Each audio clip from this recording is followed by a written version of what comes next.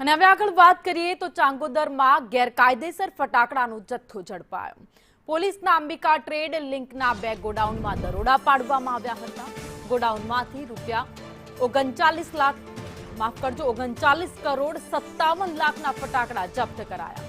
અગ્નિ સુરક્ષા વ્યવસ્થા અપૂરતી હોવાનું પણ સામે આવ્યું. 2 આરોપીઓ સામે કાયદેસરનો ગુનો નોંધાયો. પોલીસે સમગ્ર મામલે વધુ તપાસ હાથ ધરી.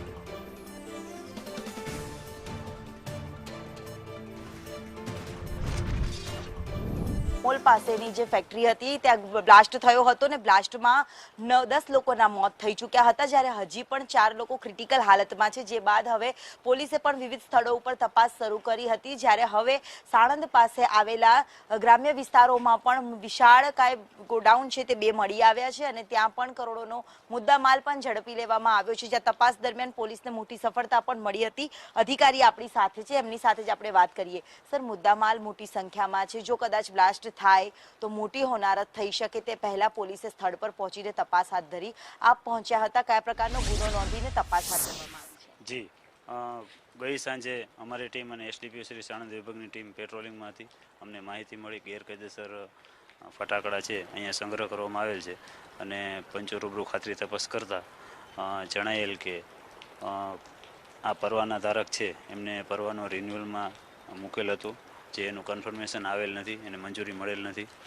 તેથી એ વગર મંજૂરીએ આ ફટાકડા રાખી ના શકે, વેચી ના શકે, એ કાર્યવાહી ના કરી શકે. તેથી અમોએ ભારતીય ન્યાય સંહિતાની કલમો અને વિસ્ફોટક અધિનિયમની કલમો મુજબ 2 આરોપી વિરુદ્ધ કાયદેસરની કાર્યવાહી કરવામાં આવેલ છે.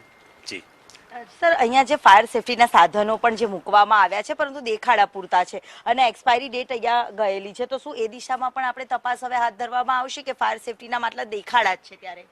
જી, આ બાબતે ગુનો દાખલ કરવામાં આવેલ છે. તેથી આગળની તપાસમાં જે પણ કાયદેસર કાર્યવાહી કરવાની રહેશે એ કાયદેસર કાર્યવાહી કરવામાં આવશે. કેટલા લોકોની ધરપકડ થઈ છે? જી, 2 આરોપી વિરુદ્ધ કાયદેસર કાર્યવાહી કરવામાં આવેલ છે. જરૂર, એટલે 2 લોકોની આ કેસમાં ધરપકડ છે તે કરવામાં આવી છે. સાથે જ જે વિવાદ વારંવાર વકરી રહ્યો છે, અનેક ફટાકડાના ગોડાઉનો છે તે બેદરકારીપૂર્વક ચાલતા હોવાનું સામે આવ્યું છે, જ્યારે સાણંદ નજીક આવેલા આ જ રોડ ઉપર ગ્રામ્ય વિસ્તારમાં વિશાળ 2 ગોડાઉન આવ્યા, જે મુદ્દામાલ હોવાનું પણ સામે આવ્યું છે. જોકે પોલીસે 2 લોકોની ધરપકડ કરીને વધુ તપાસ હાથ ધરી છે.